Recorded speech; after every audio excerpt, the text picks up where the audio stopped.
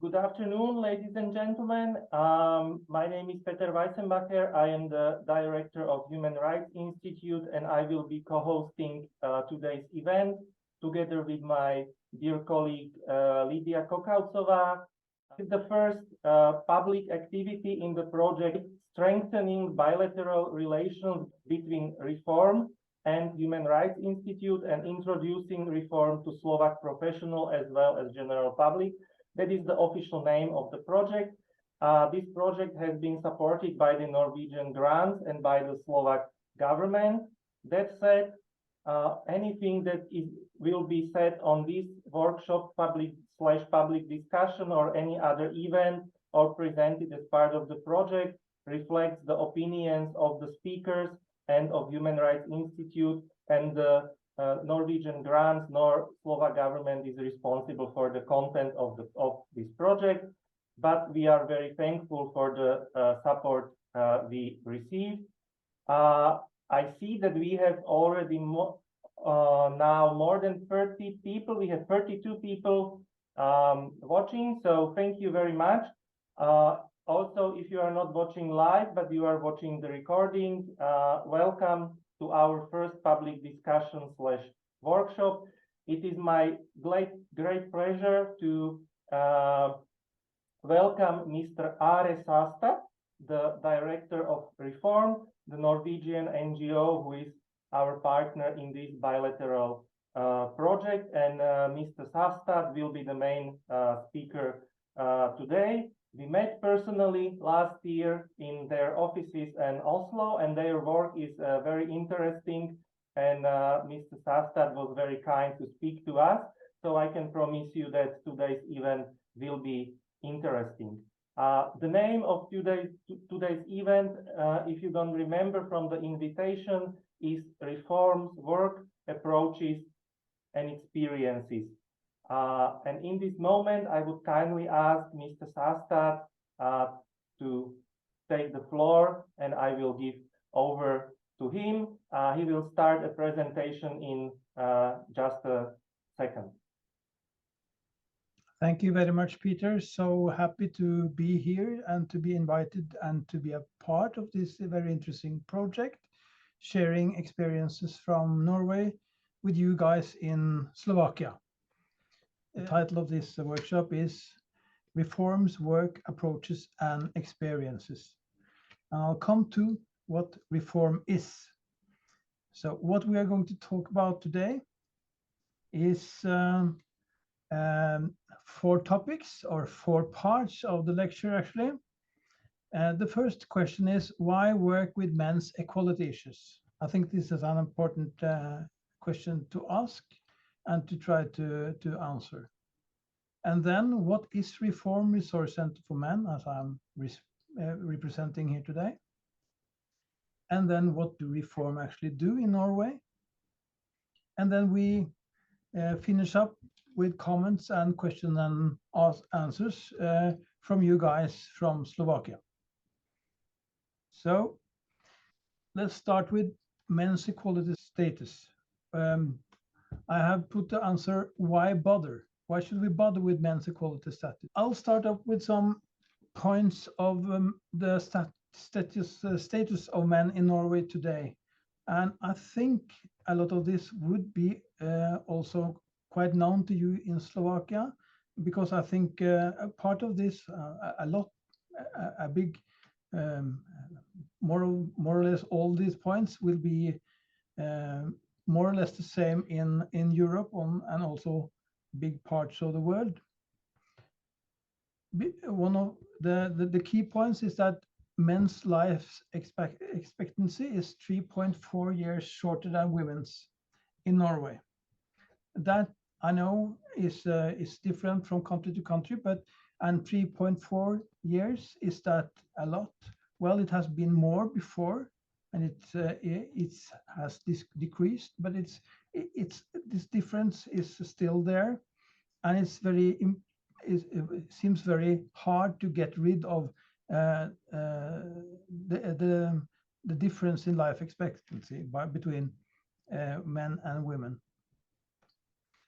We also know that the dropout rate of boys in high school in Norway continues to rise. It is higher than girls, and it continues to rise. And the difference to girls' dropout rate are also increasing. There are increasingly fewer men in higher education in Norway. As we speak, there is about 60% of students in higher education in Norway, that is girls, women, and about 40 or less than 40% are men. And when it comes to finishing up higher education, the numbers are even more unequal. And this is also something that's not seems to get better. And this is an important point. Fathers, as we see it, are still not accepted as caregivers in society to the same extent as women. And what do I do? What do I mean with this?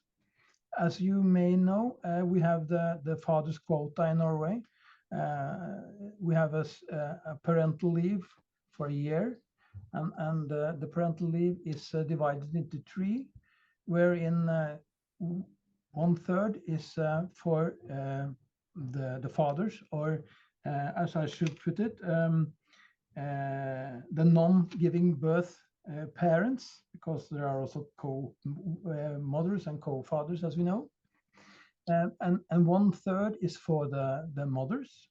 And then there's a third that is to be divided inside the family. And the fact is that the third part, the last third part, almost always goes to the mothers. And why is that? We think that is because that to be a caregiver as a man is not recognized as the same valued in the same way as being a mother. We also know that the number of single and childless men is increasing. It's the same for women, but it's a lot more for men, and it's quite a lot of men in Norway that have no partners and have no children, and that is a big problem for a lot of them. We also know that men are far prone to violence, more exposed to violence. And then we have to take in consideration that we are talking about not only the violence that goes on in close relationship.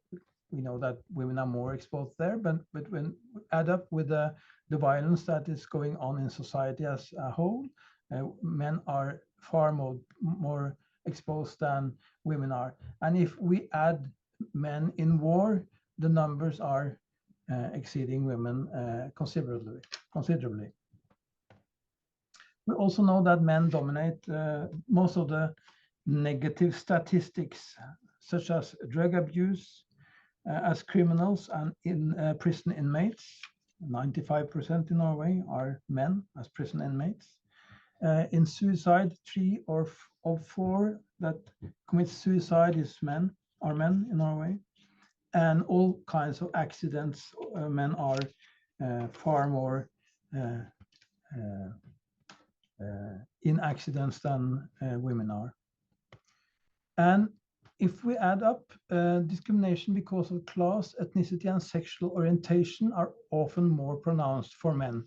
That means when you are a man and also are belonging to one of the minority groups, you are more exposed to discrimination in a lot, some senses than women are.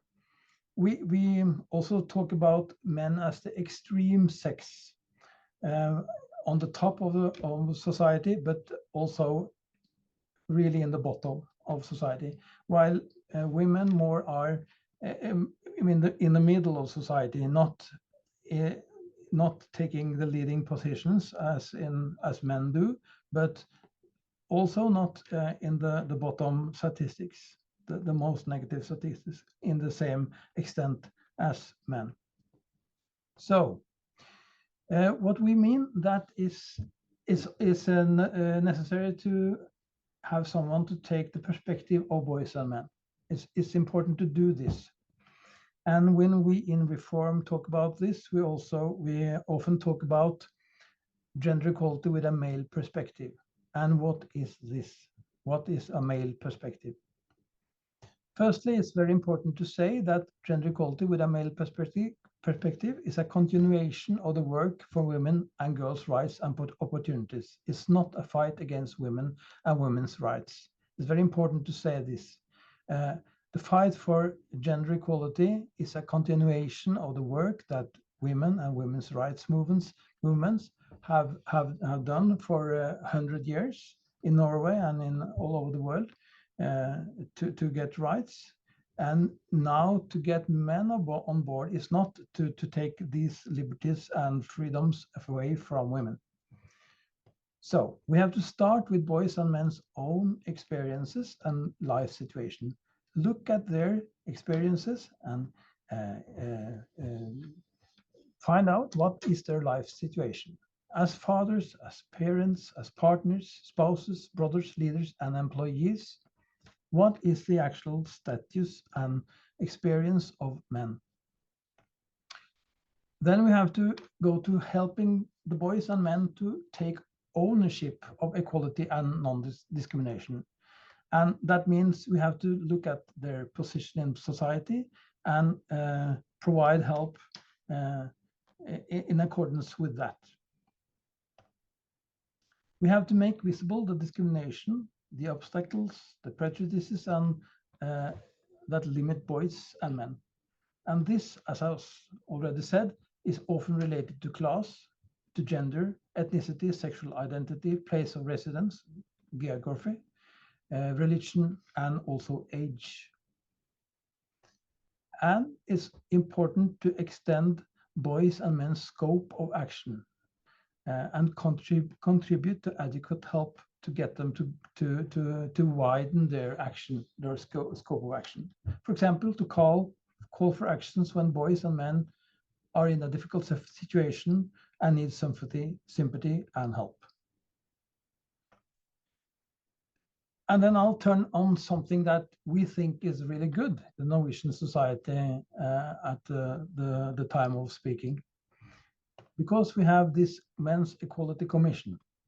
This is a commission set down by the Norwegian government, put together with 17 persons, as you can see the pictures of here, representing all genders from all over the country, from different professions and backgrounds.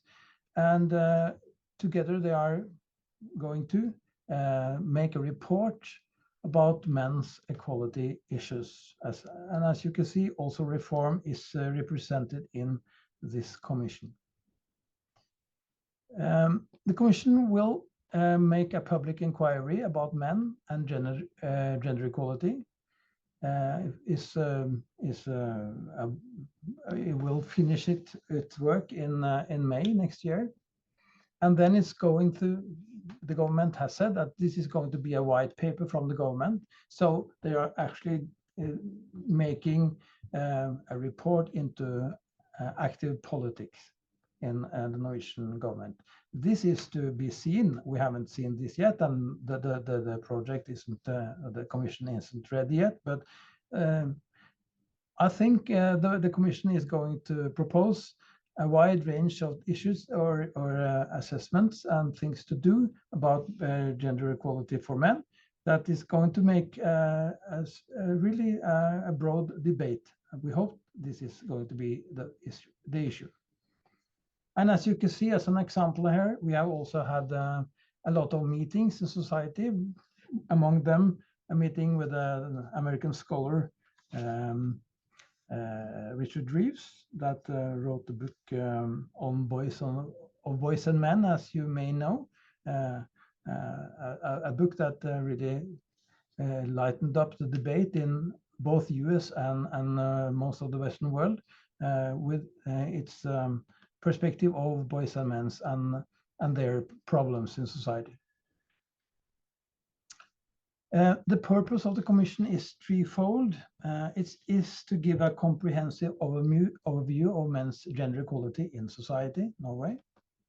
It's in point 2 to assess current policies and to see if they're actually working. And then last but not least, to suggest measures for improvements in this politics and measures. The government has put it like this: the Commission's work will help form the basis for future equality policy in Norway. Nothing less. So we have high expectancies to the outcome and the further work with this. Let me turn to reform. What is reform? We are Reform Resource Center for Men. We're not a not-for-profit NGO. We started up in 2002. We are one of 4 gender equality centers in Norway, but the only one dealing with boys and men and their gender equality issues as the one issue. We have a core funding by the Ministry of Culture and Equality in Norway, but we also get project financing from private and public funds. We have 7 employees, and we have 20 volunteers connected to the men's helpline that actually founded Reform in earlier days. Reform works in 3 ways. As you can see, the 3 bubbles. We do help boys and men. We do advocacy for boys and men's gender equality in society. And we develop knowledge about boys and men. So let me turn to our help services first. We have some low threshold services, and I have to point out that these are not big low threshold services, but we do help some men and a number of men each year. It's important for the men, but it's also very important for Reform to actually know the society and know how men's life is in Norway. We do individual counseling where men come to our offices to talk about violence in close relationships. Men as perpetrators of violence come here. Anger management is a important task, but also sexual problems and issues with connection to children after divorce. Then we have the men's helpline, as I already mentioned. That is working every workday from 17 to 20 in the afternoon, driven by volunteers. Has been in office for since 1980s actually, and it's a kind of help that when it's not an expert help, it's an advisory telephone helpline. And then we also have a project where we actually talk to men that buy sex. And as you may know, in Norway, it's not allowed to buy sex since 2010. That has been prohibited. So the government has also given money to talk with the men that buy sex and have a problem with it, have some need to talk with people about the issues rising by buying of sex. And this service is free of charge and is perfectly anonymously. And we have helped hundreds of men during the years, and most of the men actually wants to quit their buying of sex because it makes a lot of problems for them. And a lot of them have also actually stopped buying sex. So there's some low threshold services. And then there's the advocacy part. We participate in hearings. We are a voice at national and international meeting points and processes. We participate in the public debate in Norway and also to some extent in the Nordics. We are an organizational collaboration partner with a lot of organizations in Norway and also abroad, as you people in Slovakia today. And we do some campaigning. And here's a picture of one of the campaign. That's the Red Button Alliance. It's an alliance against violence against women. So it's a broad alliance consisting of women's organization, the church, the Islamic Church, an employers organization, and Reform, and some other organization, and advocating for stopping the violence against women. We also do a lot of the field in the field of getting knowledge on gender equality, and especially men and gender equality. We do lectures and presentations. We organize seminars and conferences. We conduct mappings. We make reports. We participate in networks, and we have a lot of projects. And I will now present some of them to you. In the field of events and seminars, we have the Men's Day, the International Men's Day. And then, I don't know if you know that, but the International Men's Day is the 19th of November, and we make arrangements and events on that day every year to point out the problems for boys and men that are not being taken seriously enough in the Norwegian society. And this year we had a seminar pointing out insiders and outsiders among men as the main issue.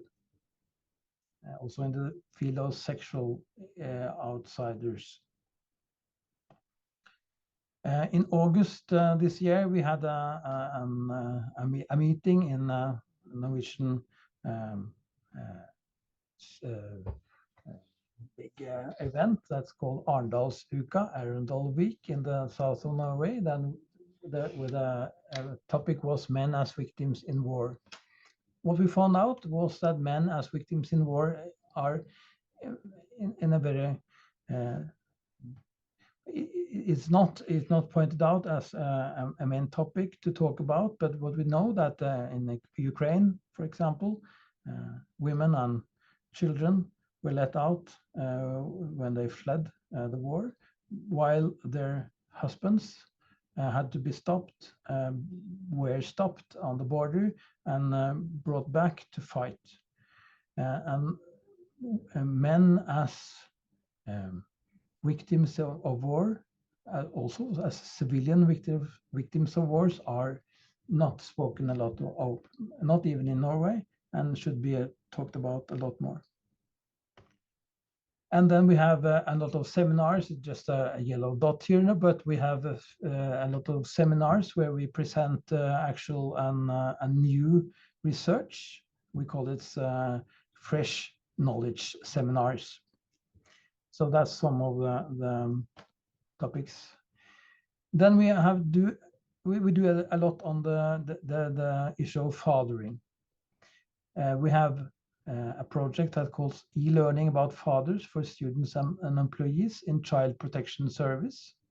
And what we know that fathers are not considered to be resourceful, but more like the problem in these kind of services, while we also point out that men have resources that should be taken into consideration by the services. We have made a film that calls it's called Dad to Dad. It's an information film for new fathers, where we after the birth have interviewed men about how was birth for them, how was it to be a father, how were they met on in the ward after birth, and what is their actual need for information and follow-up. What we know that the fathers before the parental leave is actually not followed up in a way they should, so they're not prepared being fathers as they should, when we have a society that points out that fathers should be taking fatherhood as a serious task. Of course, it is.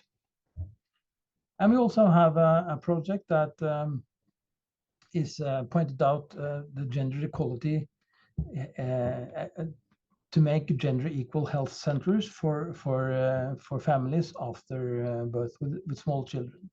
So we have done interviews and actually tried out a way of meeting parents in these health centers, that's in the municipalities, to actually help them being a father when the children are small.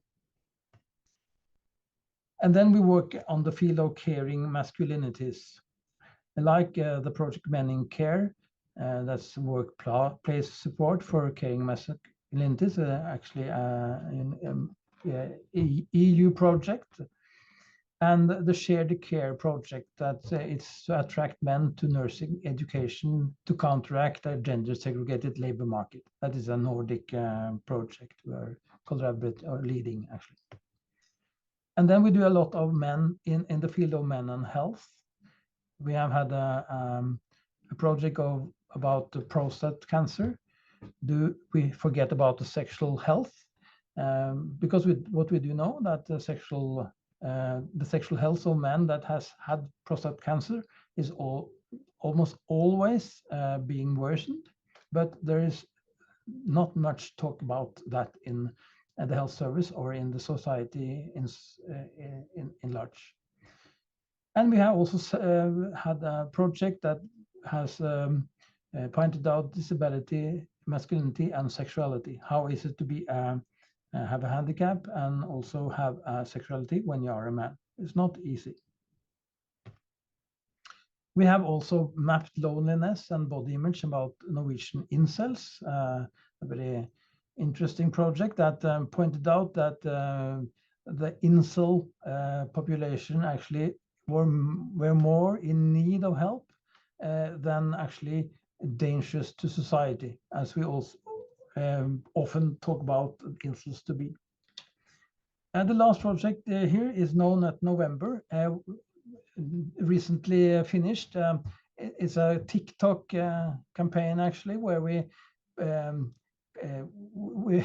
I don't know if you know Not November, but that's a thing in social media urging men not to masturbate during November, because that shouldn't be healthy. That's the notion. That's the No Not November campaigning. So we have counteracted that by, this is the captain here, Kelly, working on by us. He's captain of his own dick, actually. So we have urged young boys not to stop masturbating because it's actually not healthy. And we have men and violence as a very important topic. We have had the dating violence project actually for several years between youth, where we know that both boys and girls are suffering from dating violence. We have had a project called Men Also, about male and LGBT victims of domestic violence for shelters and municipalities to make them meet men and the LGBT population in a better way. In Norway, we have shelter houses that actually are for all, but they are in practice, many men don't use them because they don't feel like these shelters are actually for them.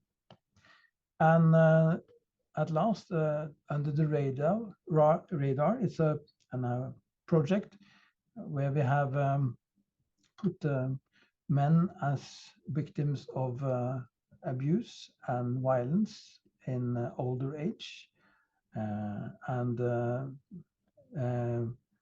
lectured professionals about how to discover this kind of abuse and violence and how to act when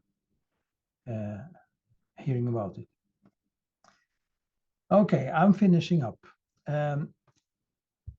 Our slogan, reform slogan, concludes what I've said. I think it is gender equality needs men, and men need gender equality.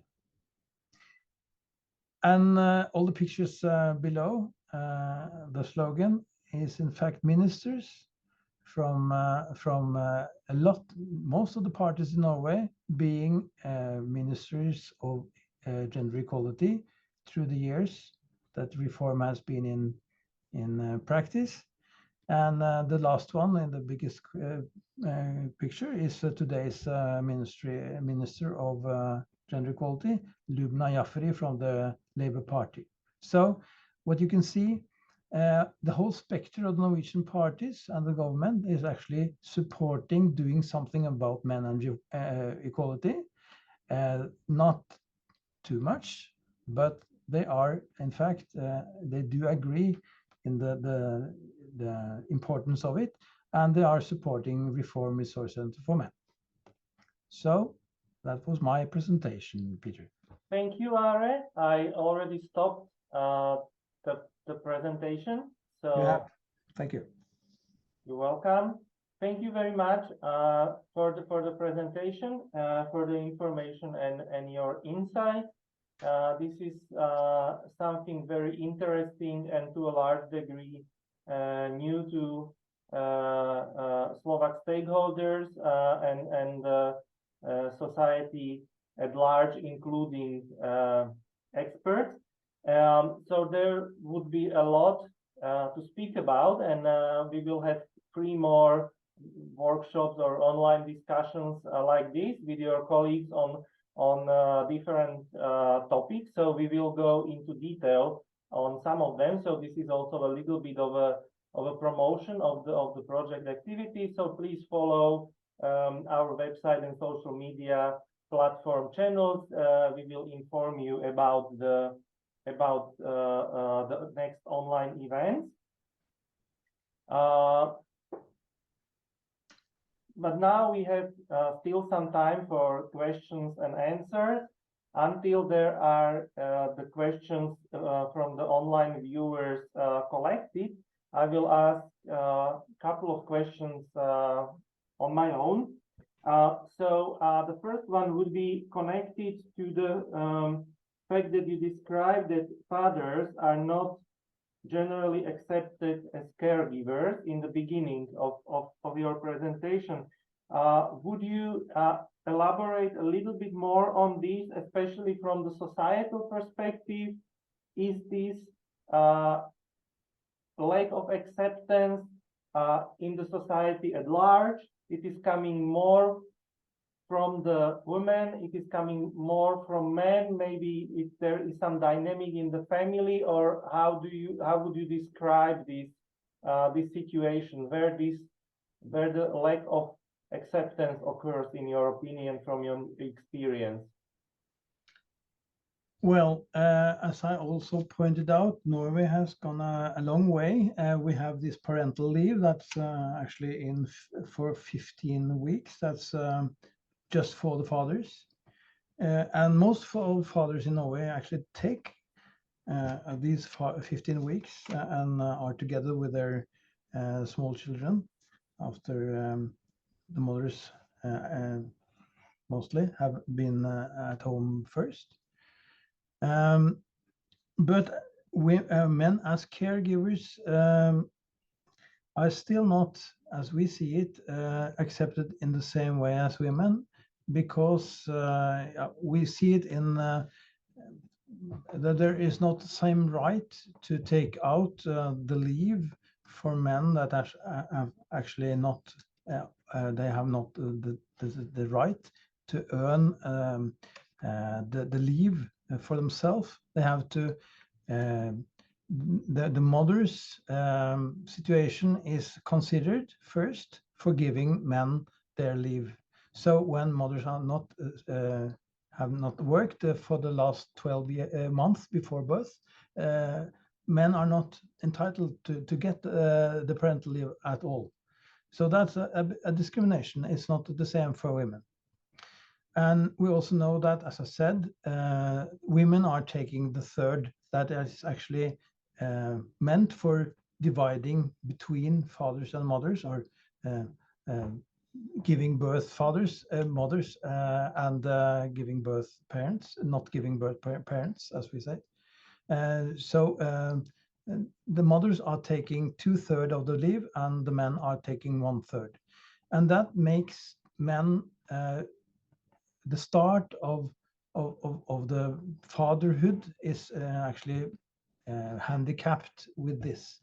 And also, as I also pointed out in one of the a couple of our projects, is to point out that the health services are not helping men during pregnancy or after birth with the help with their own health issues or the family issues, or getting help to actually practice helping the kids.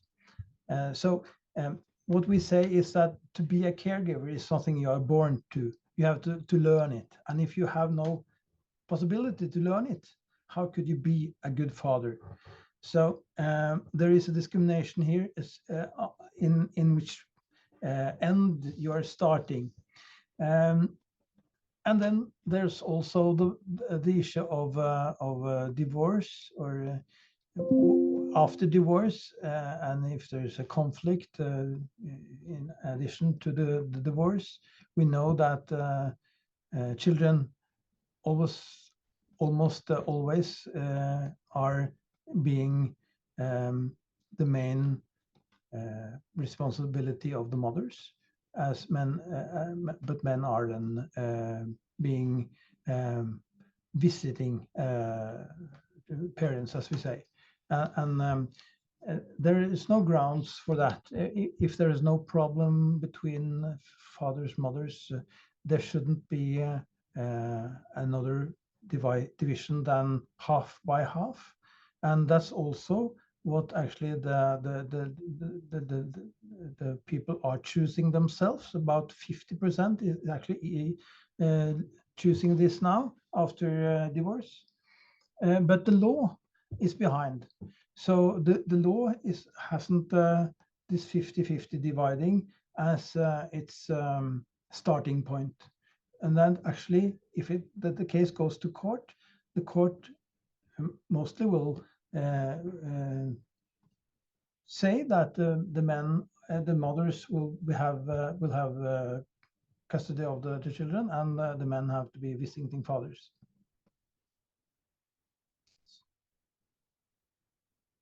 Thank you. And I have to add to this that this is actually generating a lot of aggressive fathers. I mean, this is really a conflict theme.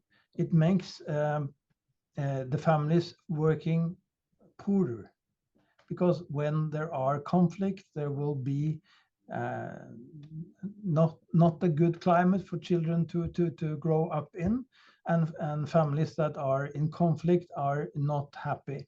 So actually, these kind of discrimination issues are making a lot of conflicts and a lot of bad blood, I should call it, and also a big part of fathers in Norway never see their children, and they feel lonely, they feel left alone, and some of them also being quite aggressive.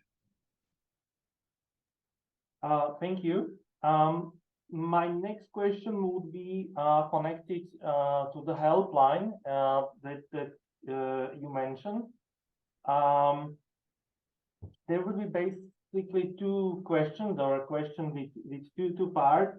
The first part would be based on your experience, what are the most prevalent reasons or issues that the men are connecting this helpline?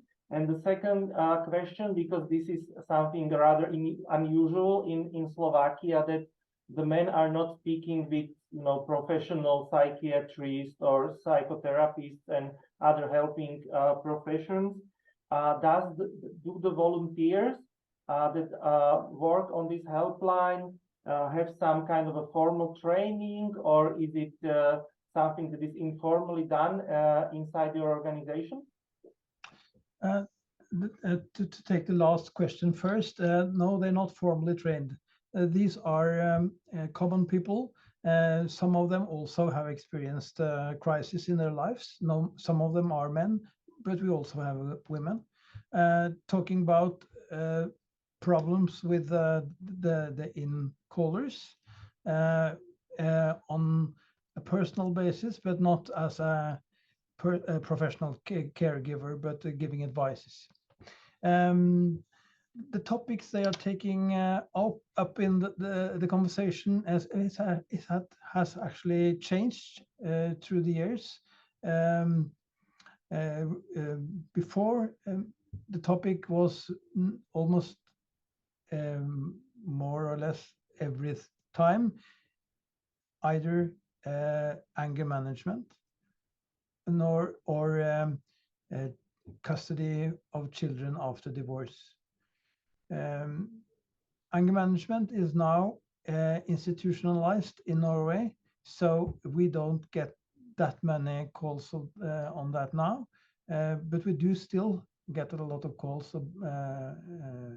considering what is happening after divorce and taking care of children, having lost contact with children and so forth, but also sexual problems, problems with social relations.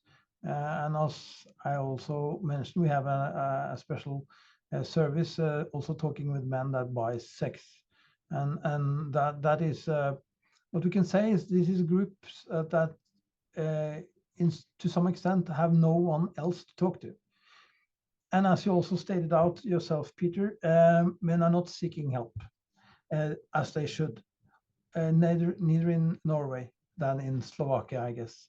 They don't go to the general practitioner. They don't go to the health services. They don't go to psychologists where they should, in too low extent. And so these kind of helplines and measures are important for some that don't use these kind of help services, the professional help service. I think we don't have statistics on that, but I think that is the case. Thank you. You mentioned you don't have statistics, but you have decades of experience. So I think that's equally valuable and very interesting to hear. And I think it is an example that should be followed by others, and hopefully in not so distant future Slovakia as well. I've seen there are some questions already online, because we have now even more people than we started with. We have now 39 people. But I would like to, before I will collect the questions with the help of my colleague, I will give the floor now to my colleague Lydia, who, as mentioned, is not only our external co-worker, but she is also a journalist, and I know she has some questions prepared. So I will now give the floor to her, and after that I will present you with the questions that are collected online. Perfect. You are muted, Lydia. Oh, you are muted now. Perfect. Okay, thank you. Thank you. So, hello. It was very interesting to hear these facts from you. I just wanted to say, first, I remember one phone call as I was working in my investigative reporting. There was a Slovak man working in Norway, and he was talking to me because he was looking for help from Slovak journalists, because he told that his wife does not want to give him their daughter, and he has problems with courts and so on and so on. And I really didn't believe him, or I couldn't believe him, because I thought, no, something like this is only in Slovakia. But he was convincing me that he is really bad situation, and he felt being misused by the woman, because he planned a common future, and suddenly the woman, it somehow turned out that she wanted the child, and that was it. But that was his conclusion, that the woman wanted the child and not him. This is also my question. How is the perspective of women to this topic? Because if I am talking about women's rights, the men overreact very often. But what is the opinion of Norwegian women to this topic? That's a very good question, Lydia. Very good question. In fact, Norwegian women are supporting men's equality issues more than Norwegian men are themselves. We have done surveys that show that very accurately. Men are not that much interested in equality issues regarding themselves as women are. And why is that? We think it has to be to do with kind of masculinity, where you shouldn't show yourself as weak, shouldn't tell that you are suffering, shouldn't be the one complaining. We are trained as men not to do so. On the other side, women as partners are also experiencing men that are not going to the health service, not getting their help as they should, dying too soon. That's not a good situation for the women or the families either. And drinking too much, using violence too much. When it comes to families and sharing of custody, that's a somewhat other issue, because when you are asking women that actually have small children, they are more prone to actually want to take most of the leave and giving the fathers less, and also in conflict and sharing of children, not communicate as good as with men as they should. But when we ask women that are not having babies or not are having small children, they support the division of the parental leave. So, and a lot of them actually also mean that fathers should take out more than they do, and that children should live by both parents and not only by the mothers. So this is very interesting, because we tend to think that the gender equality issue is a fight between the genders, between men and women. But what we see is that is not exactly the fact. There are common interests from both men and women, all genders, to actually have gender equality between the genders, because that is lowering the conflict, that is making more happiness. In fact, you can measure also happiness in families and also in society. Less violence, less outsidery. We used the term outsidery in Norway. I think it's not a good word, but you understand what I mean. Falling out of society. That's not good either for men or women. So I think we should tone down the fight between the genders, and what we should do is partner up and in solidarity to rise the men that actually is falling on the bottom of society. And this is also a class issue, because this is men that can are more prone to lose their jobs, are more prone to live lives that are not good because of economics, and class. So this is a solidarity project, not a fight, as I see it, and as most women also in Norway see it, and most men, I should add.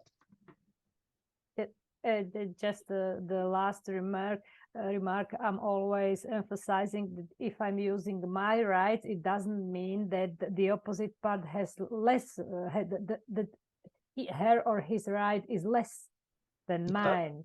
It is exactly what you've told about solidarity and tolerance. Yes, that's right. That's right. Okay.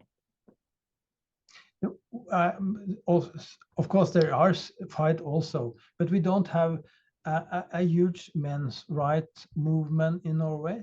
We don't have a lot of men saying that it should be prohibited for women to vote or to go to work or something like that. That this is in some countries, you do also see this.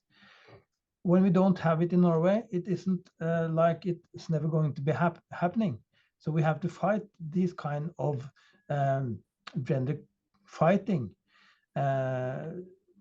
But I think pointing out that gender equality for men actually is bettering the lives for all is a way to avoid these kind of right-wing men's rights movements that you have seen in a number of countries.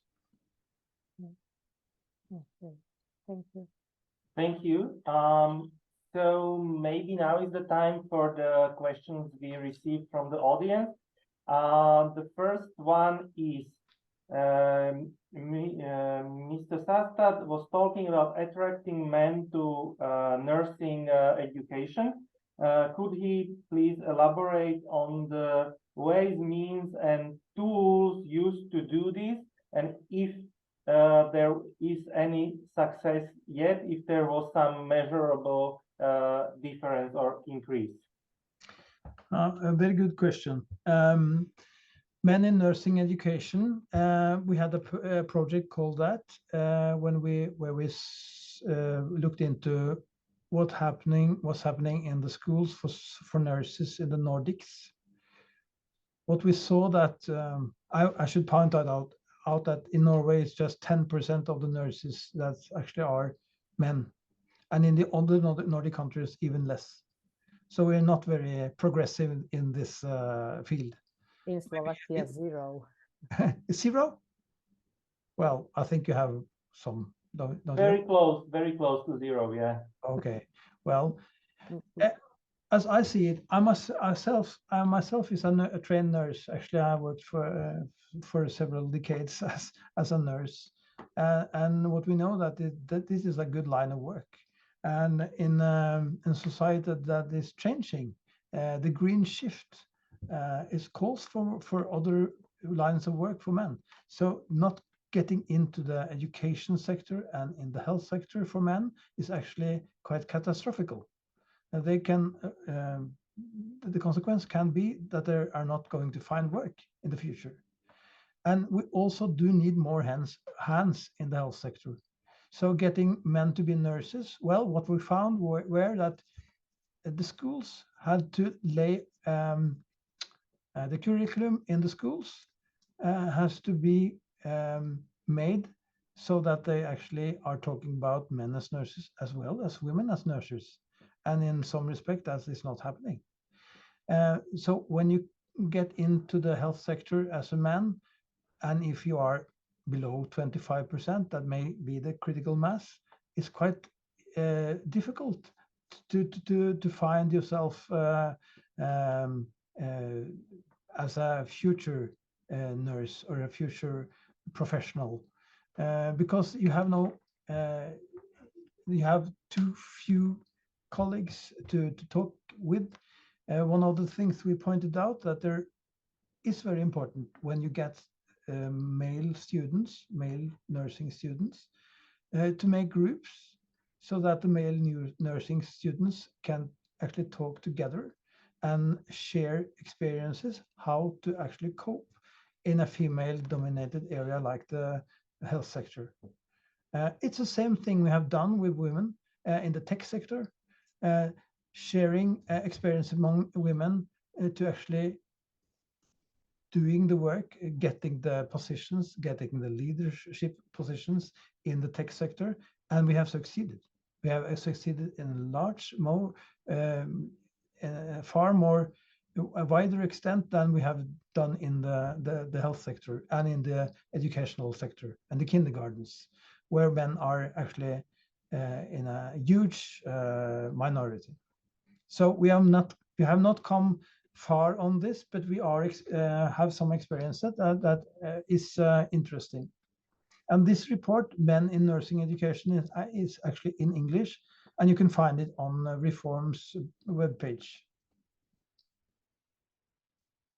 Thank you. The webpage is reform.no, like Norway, and there is actually an English section. So everyone who is watching is welcome, and can have a look on many of your materials that are in English as well. So thank you. The next question is let's call it provocative, but it is put in a civilized way. So I'll give you Ara the opportunity to answer it, even if I myself would not ask this question. So I'll quote the question how it was sent. 95% of perpetrators of domestic and gender-based violence are male. 95% of domestic and gender-based violence are female. These are the numbers for Slovakia and most Central European countries. I do not know the numbers for Norway, but I am pretty sure they are similar. Don't you think that with promoting the male perspective on gender equality, you are belittling these numbers and you are manipulating these numbers down? Again, this was a quote. That's a good question. And as I pointed out, we are participating in the work against violence against women. So that's important for men to do that as a bystander to women that actually are victims of violence. So that is important to say that men should take action against violence against women. That said, also men are victims of domestic violence. And well, 95%, I don't know the statistics in Slovakia, of course, but what I know in Norway, that is not the fact here. There are a lot more, the numbers are not equal, but in some forms of violence, and what we should consider here is that violence is a wide range of types of violence. We have physical violence, we have psychological violence, we have sexual violence, we have digital violence, we have economical violence, and also some more forms. And in some of these forms, men are also victims in quite a large extent, as in psychological violence. The most life-endangering kind of violence, like partner murders, men are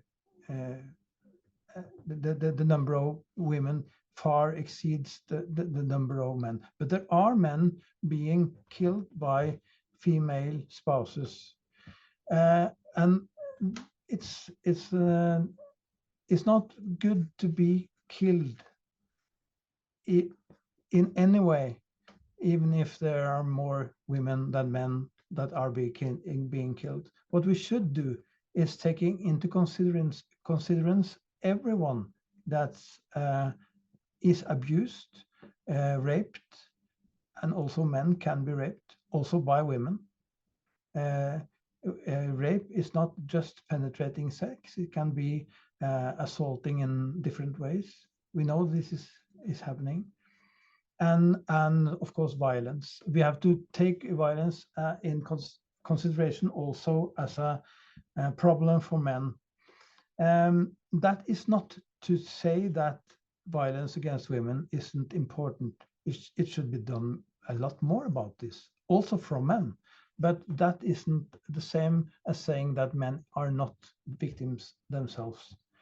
And what we also should say, that being a perpetrator of violence is also a quite, we are talking about communication, and the least good form of communication is violence.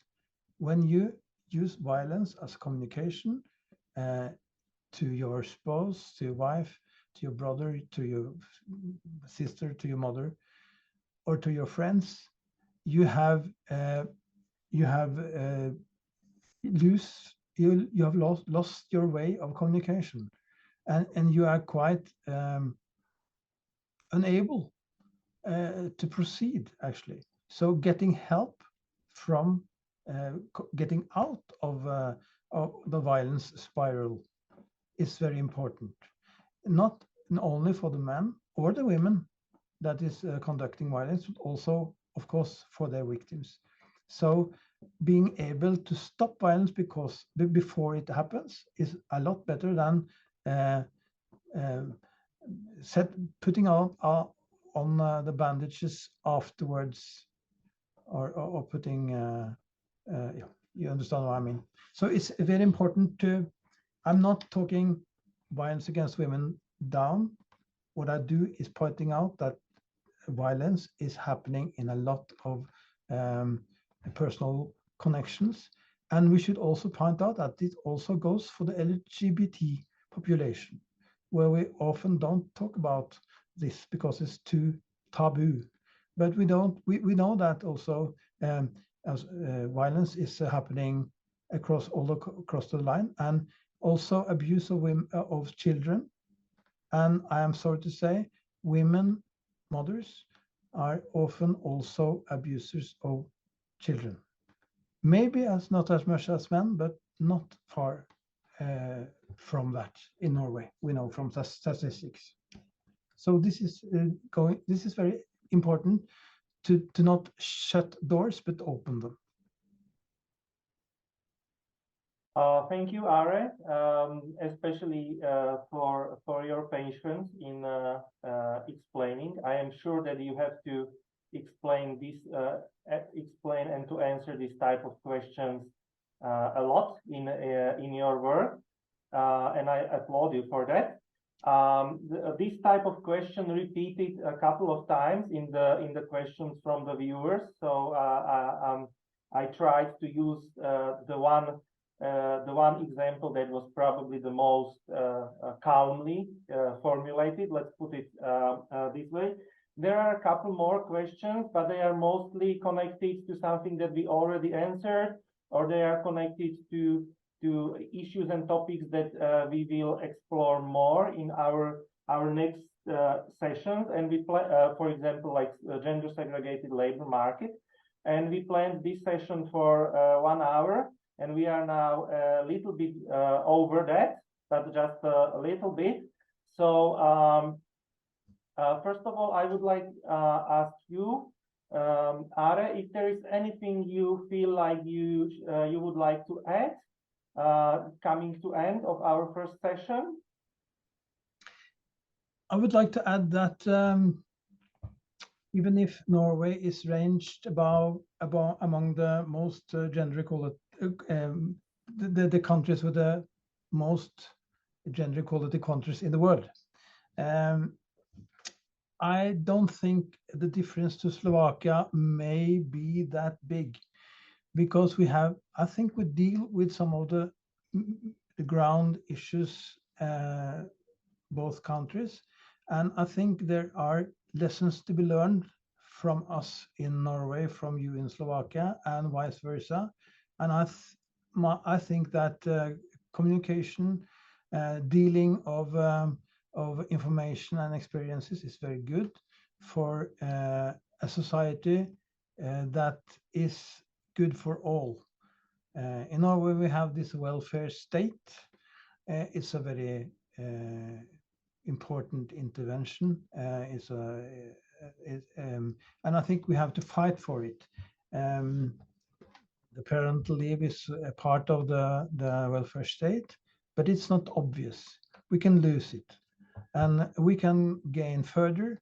That is up to us. We have to work for this. And I think we have to be political clear. I think we have to take a stand. And the main thing to say is that we have to show solidarity with the people in the bottom of society, dragging them up, not pushing them down. And that goes for men and women. We have to show solidarity and try to get even, not fight to get even, but support each other's. And I think that goes for Norway as Slovakia. And I hope my lecture here is some inspiration for you to go further in your very important work in Slovakia. Thank you. I'm sure that it is very important to speak about this aspect in Slovakia, and that is also one of the main reasons why we are making this project. Thank you for your time, your efforts, and your expertise and experience, Are. It was a pleasure. All mine. Thank you. Thank you to Lydia. Thank you to your colleagues at Reform that are helping us with this project that are not visible at the moment. Thanks goes also to my colleagues here in Slovakia that are also not visible at the moment but are helping. And thanks to everyone. We have 38 people now, so we lost one recently. Thanks to all the viewers that are with us now live, and we will continue in January. So follow our website and our social media platform channels. We will inform you beforehand when we will have similar public workshop or online discussion with colleagues of ours from the organization Reform. At this moment, I would wish everyone a nice afternoon or evening, or if you are watching the recording, any time of the day you are watching it. Thank you very much. Looking forward to meeting you again in January, and a goodbye from myself.